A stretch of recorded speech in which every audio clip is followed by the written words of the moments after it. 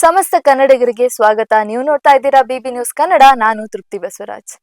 ಚಿತ್ರರಂಗದಲ್ಲೇ ಇಂದು ಸಂಚಲನ ಮೂಡಿಸಿರೋದು natural star ನಾನಿ ಅವರ ಹುಟ್ಟುಹಬ್ಬದ ಸಂಭ್ರಮ.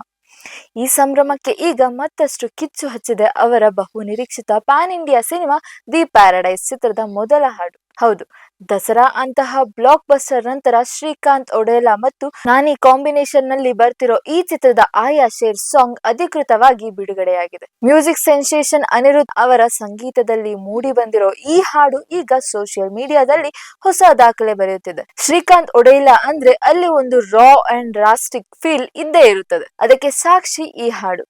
ಆಯಾ ಶೇರ್ ಅಂದ್ರೆ ಸಿಂಹ ಬಂದಿದೆ ಎಂದರ್ಥ.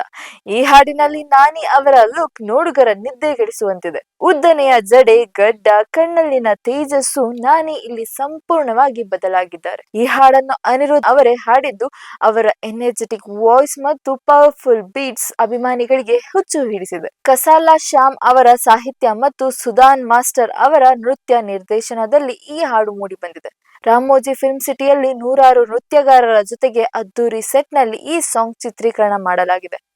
ನಾನಿ ಅವರ ಮಾಸ್ ಸ್ಟೆಪ್ಗಳು ಈಗ ಎಲ್ಲೆಡೆ ರೀಲ್ಸ್ ಆಗಿ ಟ್ರೆಂಡ್ ಸೃಷ್ಟಿಸುತ್ತಿದೆ.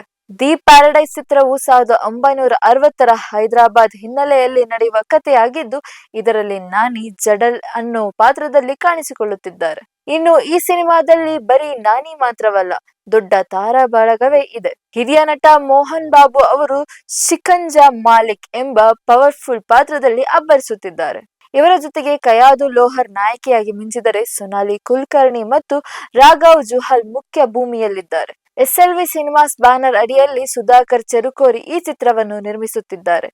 ಇದು ನಾನಿ ವೃತ್ತಿ ಜೀವನದಲ್ಲಿ ಅತಿ ದೊಡ್ಡ ಬಜೆಟ್ ನ ಸಿನಿಮಾ ಎನ್ನಲಾಗುತ್ತಿದೆ.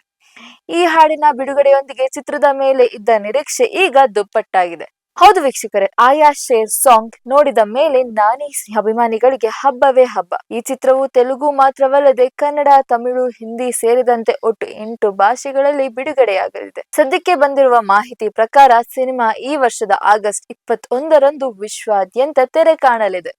ಇನ್ನು ಈ ಸಾಂಗ್ ಬಗ್ಗೆ ನಿಮ್ಮ ಅಭಿಪ್ರಾಯವೇನು? ಕಮೆಂಟ್ ಬಾಕ್ಸ್ ನಲ್ಲಿ ತಿಳಿಸಿ. ಇದಾಗಿತ್ತು ಈ ಹೊತ್ತಿನ ವಿಶೇಷ ವರದಿ. ಸಮಗ್ರ ಸುದ್ದಿಗಳಿಗಾಗಿ ಸದಾ ಗಮನಿಸಿ ಬಿಬಿ ನ್ಯೂಸ್ ಕನ್ನಡ. ಇದು ಕನ್ನಡಿಗರ ಪ್ರತಿಧ್ವನಿ.